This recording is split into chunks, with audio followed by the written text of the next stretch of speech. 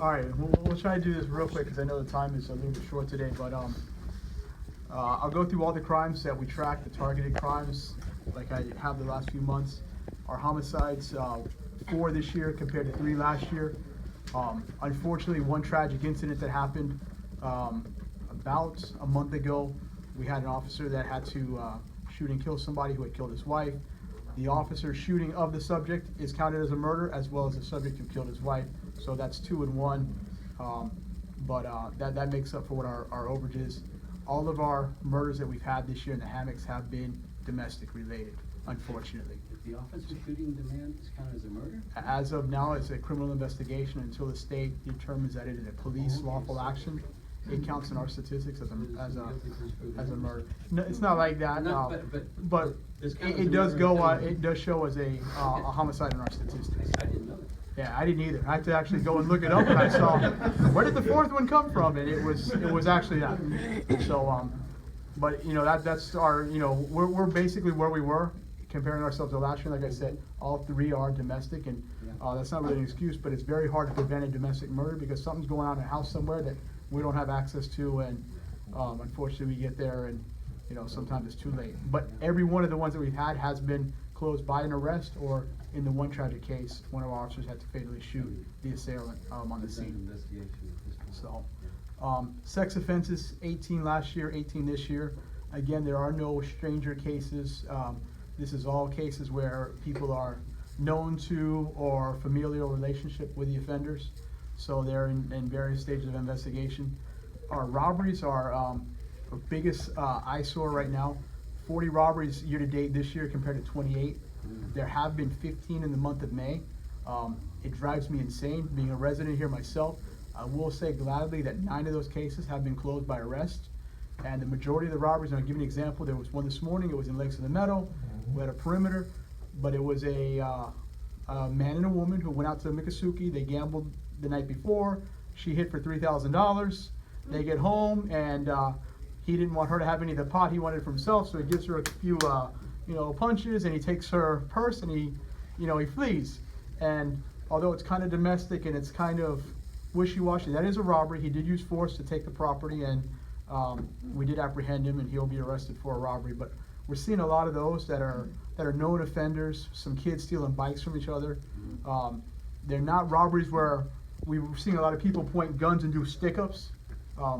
There have been a couple of arms, but it's predominantly a lot of the robberies where people are known or their kids or stuff like that. Nonetheless, there's no excuse, and we are deploying everybody that we can to try to get this in hand with summer coming. School's out next week. We don't want to see this number go any higher. Our thefts, we are down 97 cases year to date, 261 this year to 358 last year. So very happy there. Auto thefts, another sticking point. We have 187 this year compared to 161 last year. Although we're up 26 cases, I will tell you guys, I can't beg you enough, please lock your doors. And don't leave your fobs in your car or the car next to your car, because we're still seeing people go and open a door and pull a fob out, and when they push the button, it opens the car next to them. So what started as a simple burglary ends up in an auto theft, and we get these these bad guys with these keys, and they're like, yeah, they were in the car, and we call the person up, and they say, I didn't leave my keys in the car. Well, how did I get your key? It's right here. You can come pick up your car. So we're seeing a lot of that, and I can assure you that we're on the Ring and the Nest and the next door, and we have people from one end of this district to the other. We work Saturday, Sunday. My wife tells me to stop and put the phone down when I'm meeting, but if I'm getting an alert, I got to get to these guys because we want to catch these people for you all. We have made about 30 arrests in the last month. The only problem is, for those 30 arrests, there's probably 300 more people waiting to come over here and burglarize our vehicles.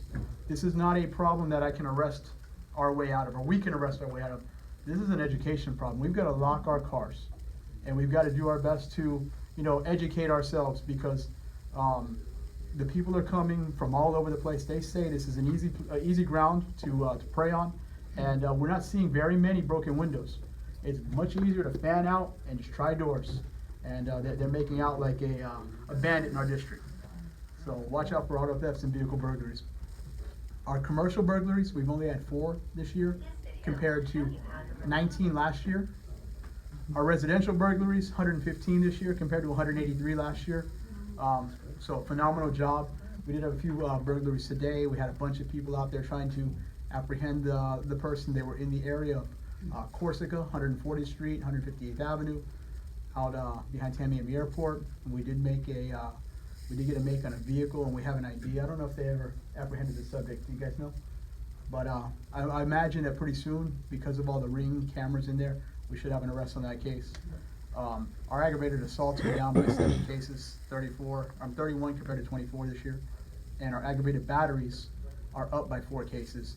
And again, there's no trends or rhyme or reason to our ag batteries. If you consider that we're a community of about 300,000 people, and we've only had 19 aggravated batteries, and we're 5 months through the year, I think we're doing pretty good here. We're a pretty peaceful neighborhood, so we're going to continue to deploy our resources strategically. We're going to make the turnip bleed, I think is, the statement is how we're gonna do it, and we're gonna do everything we can to keep these crime rates down for the summer and on through the end of the year. And hopefully, we'll be able to continue to report 144 cases down from the year before. Just real quick, Richard. Yes, sir. I don't know. What's the difference between battery and aggravated battery? Battery is a misdemeanor. So if you and I get into a fight and we punch each other, Yeah. it's a misdemeanor. Aggravated is if I pull out a baseball bat and I hit you and I'm using a weapon, or if you have severe bodily injury, you're gonna go to the hospital, it would be a felony battery. So it's the level of severity, but if we're just hitting and punching a little bit, pushing, that's a simple That's battery. That's simple. Yes, sir. Aggravated use. Aggravated to weapon. Okay, I didn't know. Thank you. Sir in the back? Thank you, Major. I don't know if this is part of your district, but there recently was a school stabbing at Barilla High School. It I was? wondering, It is our district, yes, sir. yeah, I was just wondering, what exactly do we know what happened and how was the response? We did, I happened to be, I think, the 3rd person that arrived. Barella's right, around the corner. The captain was probably the 4th or 5th behind me. It is a school board incident, and the particulars of the case where there was a couple of kids between Ferguson and Barella that were kind of beefing over social media and arguing over a girl. And the kid who goes to Barella was in a car in the parking lot with his girlfriend, and the kids from Ferguson approached him. They began to beat on the car, pretty badly, and beat the window. And when the kid in the car thought he was going to, they were going to break in and actually hurt him, he got out and he had a little pocket knife, and he kind of shanked the offender, and actually hit 3 people. And they ran away, and he put the knife, folded it up in the car, and he walked into the office and he said, I just, stabbed these kids here. So, although it was I guess a self-defense situation, and it was isolated in the fact that they knew each other and all that, he did have a weapon on school grounds that was inappropriate, and he was arrested as well. How old is he? I believe he was 17. They were all juveniles. Yes, sir. Thank you, Major. I have a